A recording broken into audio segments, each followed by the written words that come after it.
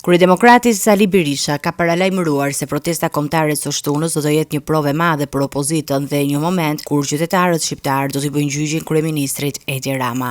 Qytetarët do t'i japin leksion qeverisë, leksion fort, dhe të rri në zyrë ta provojë. Ka që them, rri aty, moret i ke blinduar, dyrt i ke plumosur, rri, shko futur rri në e burr. Populli opozitari bën gjyqin kryehajdutit të këtij kombi. Berisha ritheksoi akuzat për grush shteti dhe korrupsion duke shënjostruar gjykatën kushtetuese.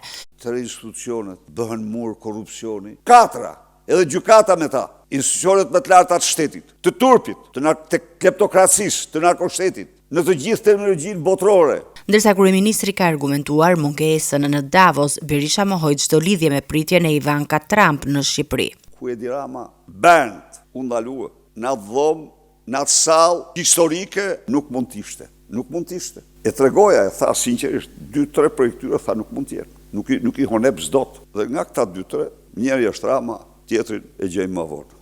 Ai po ashtu la të kuptohet se nuk do të ketë bashkëpunim me mazhorancën për 2 reformat kryesore, zgjedhore dhe territoriale, duke paralajmëruar krijimin e 2 komisioneve paralele opozitare që do të hiqen nga Oer Bylikbashi dhe Luciano Bocci.